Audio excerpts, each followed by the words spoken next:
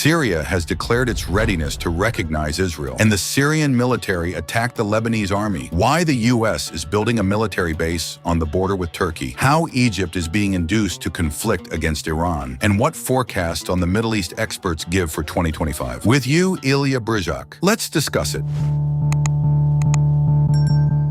In the first days of the year, there were clashes between the Lebanese army and Hayat Tahrir al-Sham forces on the Syrian-Lebanese border just north of Damascus. The men leading the new government in Syria attacked the Lebanese army in the border area. The border was closed after the Lebanese army arrested 3 Syrians for entering Lebanon illegally.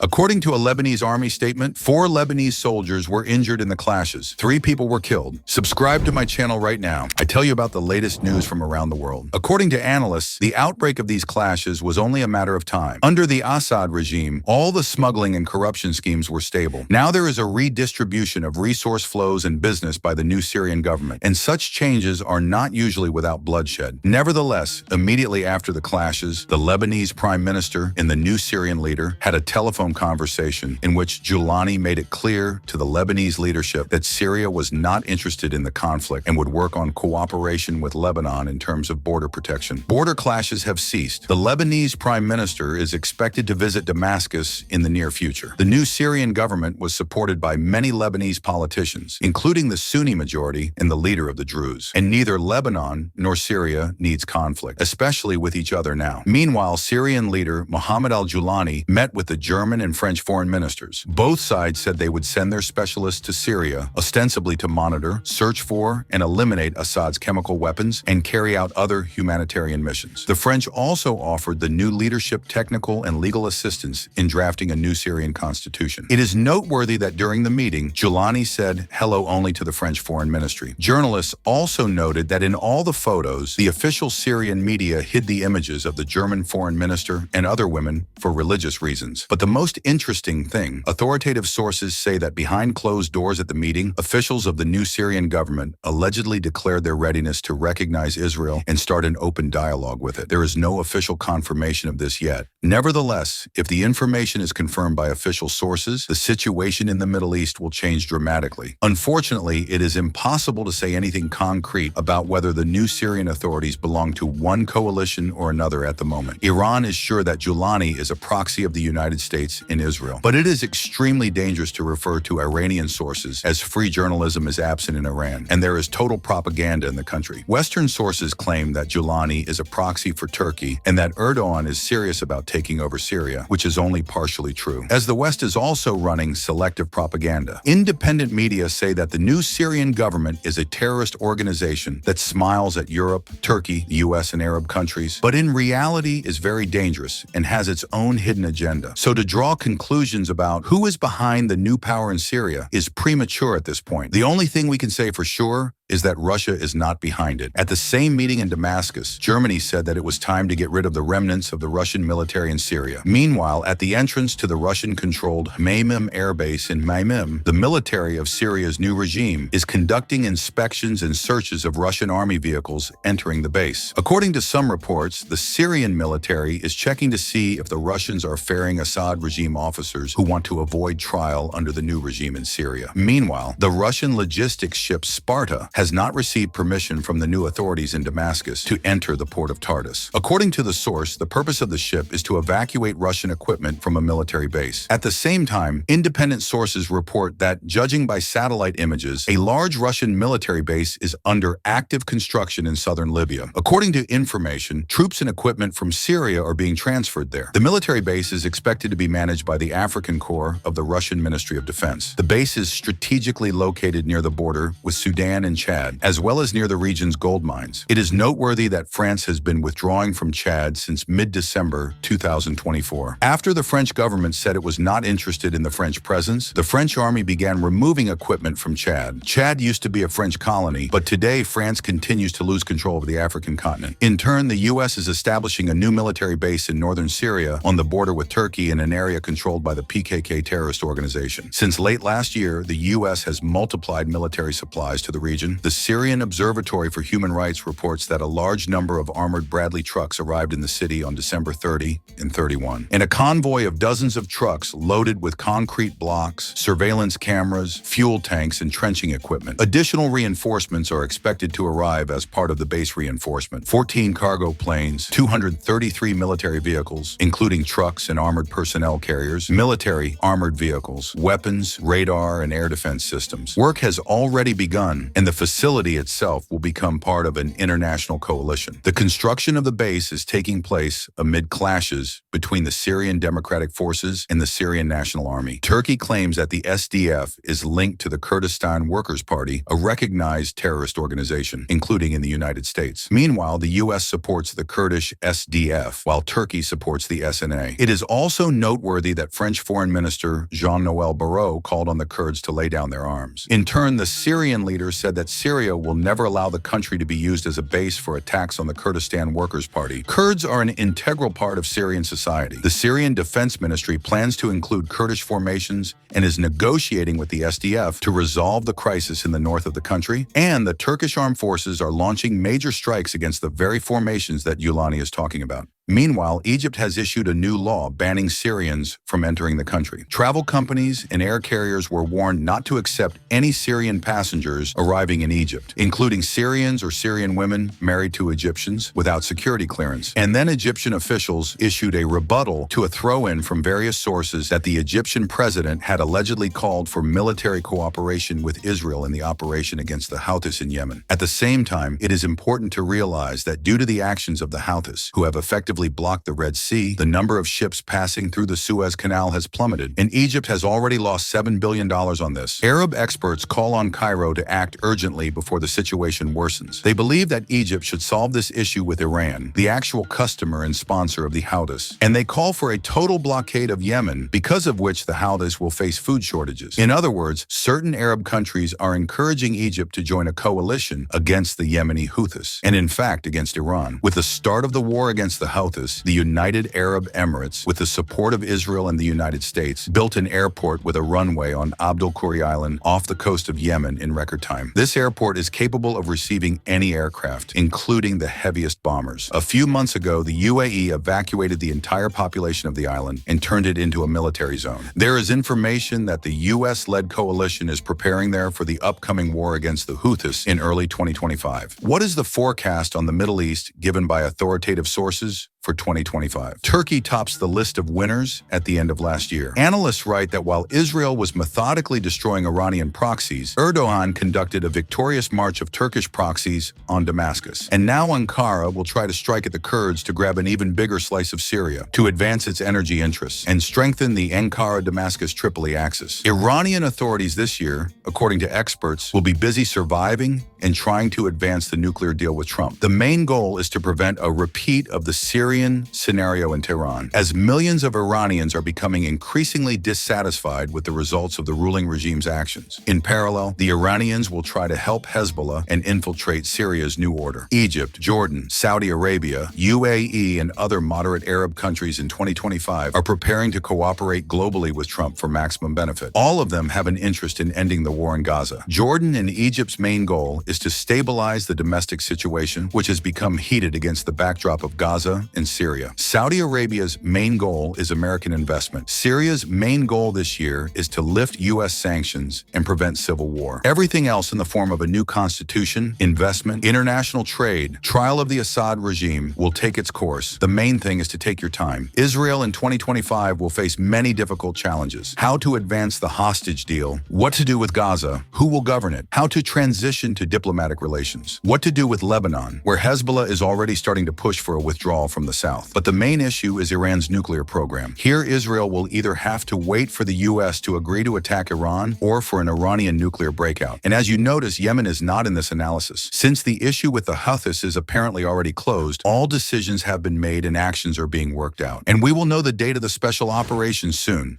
Write in the comments what you think about it. Boosty and Patreon for those who want to support the channel. See you later.